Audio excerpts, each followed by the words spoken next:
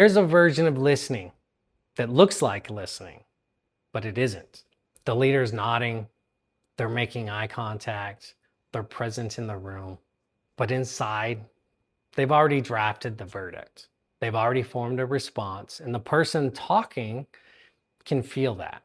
So the gap between the appearance of listening and the act of it is where trust is going to go to die. And once your team stops believing that you hear them, they're going to stop telling you anything worth hearing. Stephen Covey made a distinction that leaders acknowledge, but almost none of them practice. It's seek first to understand, then to be understood. Now, the reason it's hard is not because it's a complicated concept. It's because the default setting for leaders under pressure is to process what someone's saying through a filter of what they've already believed. So I've caught myself doing this. Someone on my team would come to me and they'd start explaining what happened.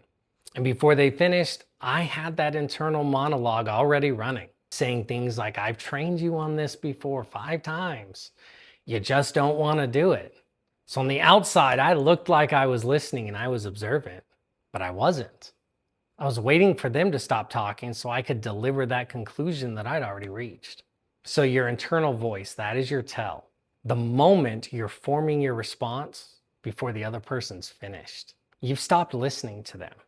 And all you've done is started processing for confirmation, not for understanding. So the cost is not just that one missed conversation.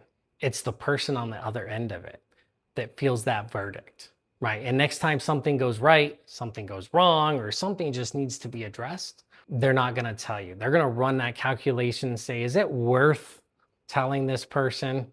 And more often, the answer is going to become no.